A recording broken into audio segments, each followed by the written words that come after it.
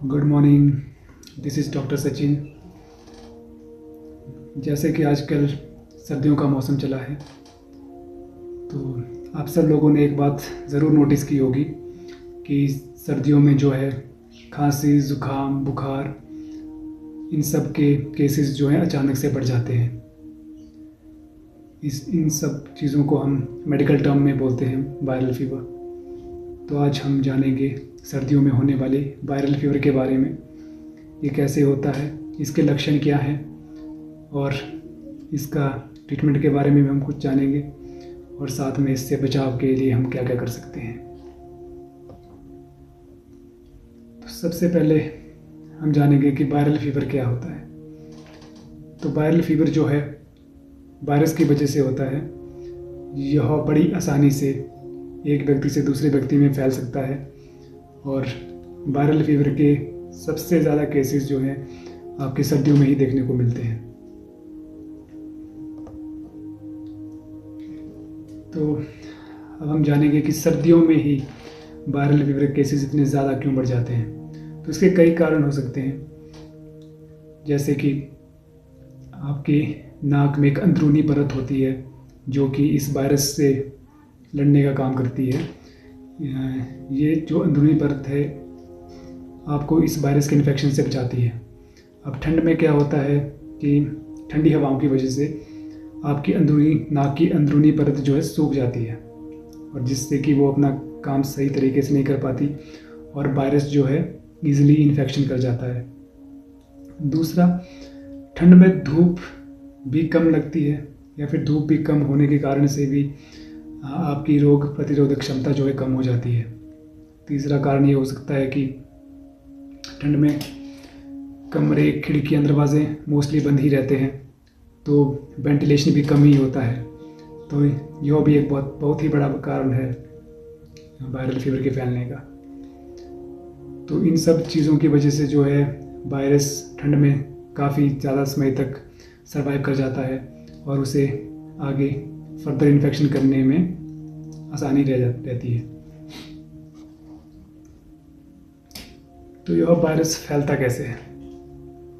इसके फैलने के भी बहुत सारे तरीके हैं, जैसे कि खांसी, छींक, नज़दीकी संपर्क की वजह से भी फैल सकता है, और बंद कमरों की वजह से भी यह वायरस फैल सकता है। तो ये कुछ कारण थे इस वायरस के फैलने के जो आपको ध्यान में रखने चाहिए। और इस बीमारी के मुख्य लक्षण क्या क्या हैं, क्या क्या सिम्टम्स आते हैं इस बीमारी के। तो इसमें हल्का सा मध्यम बुखार आता है, नाक बहना, नाक बंद होना, ये भी बहुत ही कॉमन है इसमें, गले में खराश होना, सिर, बदन दर्द, थकान इत्यादि। ये कुछ मुख्य लक्षण हैं जो इस बीमारी के होते हैं। अब कितने दिन में ठीक हो जाता है? मोस्टली देखा जाए तो ये 2 से 3 दिन में अपने आप ही बिना किसी दवाई के ठीक हो जाता है। बहुत से लोगों में बिना किसी दवाई के भी ठीक हो जाता है, बट कुछ लोगों को ट्रीटमेंट की ज़रूरत पड़ती है, और वो ट्रीटमेंट हम समझेंगे। तो इसका इलाज क्या है? तो इसका कोई स्पेसिफिक इलाज तो नहीं है, बट जो इसका इलाज जो है हम मोस्टली इसके लक्षण के अकॉर्डिंग ही करते हैं। जैसे कि बुखार के लिए पैरास्टामोल दे सकते हैं। घर में आप गुनगुने तरल पदार्थ का सेवन कर सकते हैं, जैसे गुनगुना सा पानी, सूप इत्यादि आप पी सकते हैं।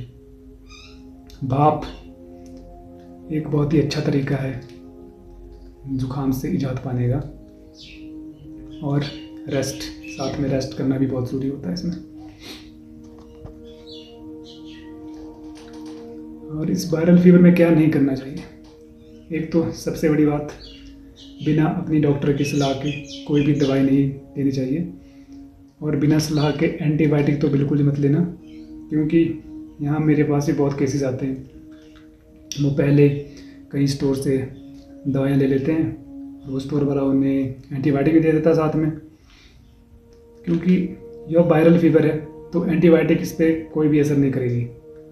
एंटीबायोटिक का असर होता है बैक्टीरियल फीवर में, वायरल फीवर पे नहीं होता है।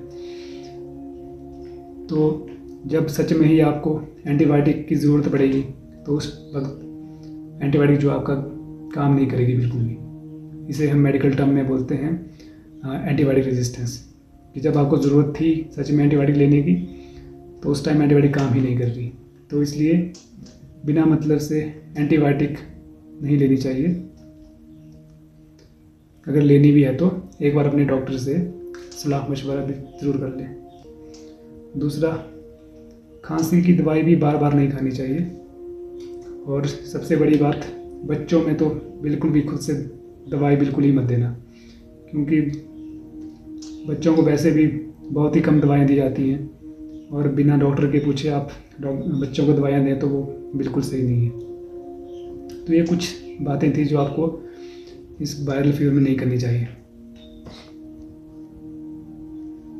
और जो सबसे इम्पोर्टेंट, इससे बचाव के क्या उपाय हैं? इसके भी बहुत सारे उपाय हैं जिससे आप इस वायरल फीवर को होने से बच सकते हैं, खुद को बचा सकते हैं।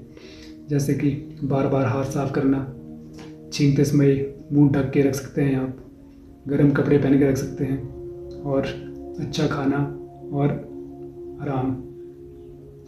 ये कुछ चीज़ें हैं जो आपको इस वायरल फीवर से बचा सकती हैं।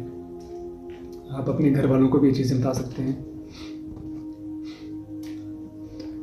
अब कब आपको डॉक्टर को दिखाना चाहिए? वैसे तो जैसे मैंने पहले कहा, एक बहुत ही कॉमन सी बीमारी है जो कि सर्दियों में होती है और अपने आप ही ठीक हो जाती है 2-3 दिनों में। अगर आपका बुखार 3 दिन से ज़्यादा रहे या फिर आपको बहुत ज़्यादा बुखार हो, जैसे 102 डिग्री से ज़्यादा, तो आपको तुरंत डॉक्टर को दिखा देना चाहिए।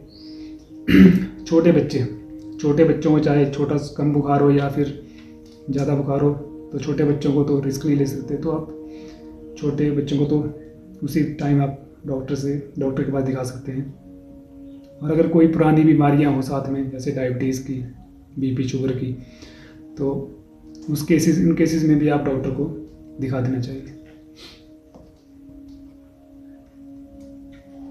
कुछ याद रखने लायक बातें हैं, जैसे कि वायरल फीवर जो है बहुत ही कॉमन सी बीमारी है, इसमें ज़्यादा घबराने की ज़रूरत नहीं होती है। सही देखभाल और प्रॉपर रेस्ट से भी आप इससे छुटकारा पा सकते हैं। और जो इससे बचने के तरीके बताए मैंने आपको, वो सब कुछ फॉलो करके भी आप इससे बच सकते हैं।